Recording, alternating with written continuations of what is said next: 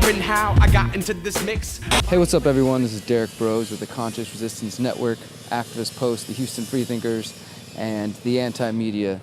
Today I want to talk with you about something really important to me, something that is valuable and extremely connected to the message that we are trying to communicate through the Conscious Resistance book series, the Conscious Resistance Network, the idea of empowerment, the idea of liberation from corporate power, from state power, and the idea of self-actualization. That is the key to the conscious resistance and this philosophy that we have been espousing for the last couple years, and the vision that we put forth for our world and future, what it might be. So the video is titled, I Can Make Things Happen with My Mind, and So Can You. And how does that relate to the fight for freedom, anarchism, spirituality, understanding the world from a deeper state of mind, from a more open state of mind, a more aware, awakened state of mind? How does that all connect? Well, follow me. So I began this journey 6 years ago doing community activism, trying to focus on solutions and build within Houston. And it came for me out of an initial fear of trying to understand the world, and fear of trying to see the true mechanisms that control the world around us. And from that fear came a desire to take action in my community, came a desire to get to know other people. And so 6 years ago, this fear that I started with, the seed that I planted after that to connect with people, to build community, has grown now to connecting with people all around the world, to doing this full time, to spreading love and awareness through community building, through activism on a daily basis. So this is something that I've been able to see in my own life. Started with fear, started with this tiny little seed, and grew to become something very powerful.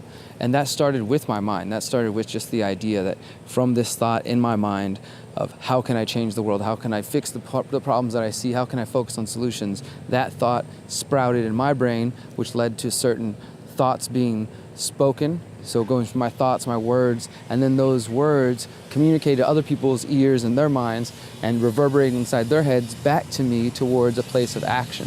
So literally we are constantly creating the things that we see in our mind, whether you think about it as manifestation like I do, or simply just the act of your thoughts becoming reality. We are constantly creating. We are creators in the ultimate sense. Sometimes it seems very distant, you don't think of something and in a moment it appears in your hand.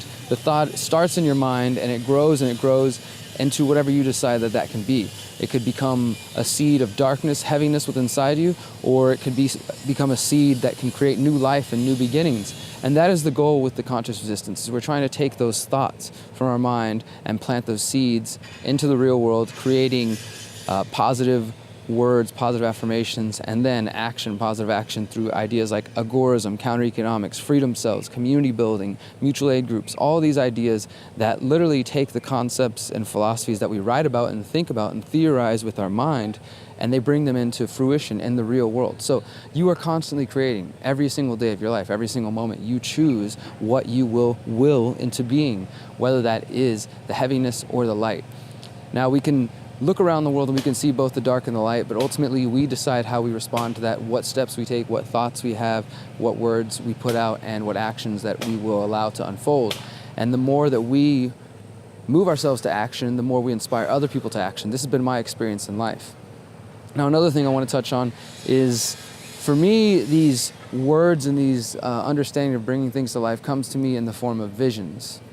So for me, these visions are literally sometimes like pictures I see in my mind. Other times it's like a whisper. The universe whispers to me and says, you can have this. Or I'll see a very clear image, so clear that I can literally hear it, I can taste it, I can smell it, and see this possibility that exists. It's not that the universe or God or the global consciousness or my own imagination just thinks of these things and says, this is going to happen one way or the other.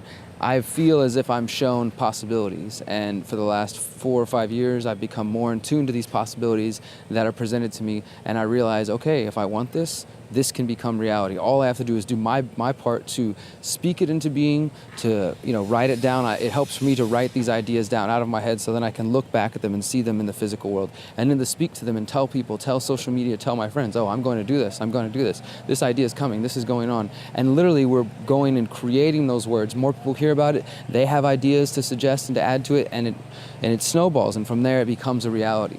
So these visions for me have been coming probably my whole life, but I've paid attention to them more and more in the last couple years, and I now know that when I'm ready to listen, the universe provides clues to all the things that I need to see, the directions I need to go, and the people I need to speak to. Maybe that doesn't make sense to you yet, but if you look deeper into the conscious resistance, if you read my first book, The Conscious Resistance: Reflections on Anarchy and Spirituality, you can have a better understanding of my view of a multi-layered reality, where not only are the logical and rational important when it comes to the physical fight against the state and against tyranny and against oppression, but also understanding that the fight for freedom is much deeper than that. It's not just the physical level. It's multi-layered, and a lot of that is on what I would call a spiritual level. And we can fight this fight for freedom, for liberation, for self-actualization on the spiritual level by tuning into our own mind's power and creating in this world every single day. So recognize that you are a creator, you're powerful, and you can do so many amazing things once you choose to do that. And remember that you're constantly creating, whether you're in a positive or a negative state of mind. You are creating your circumstances and your outcomes in your life. So take control of your life, decide that you will create something powerful, something beneficial for yourself and for all the people around you. Thank you guys for listening. Remember, you are beautiful, you are powerful, you are free. Peace.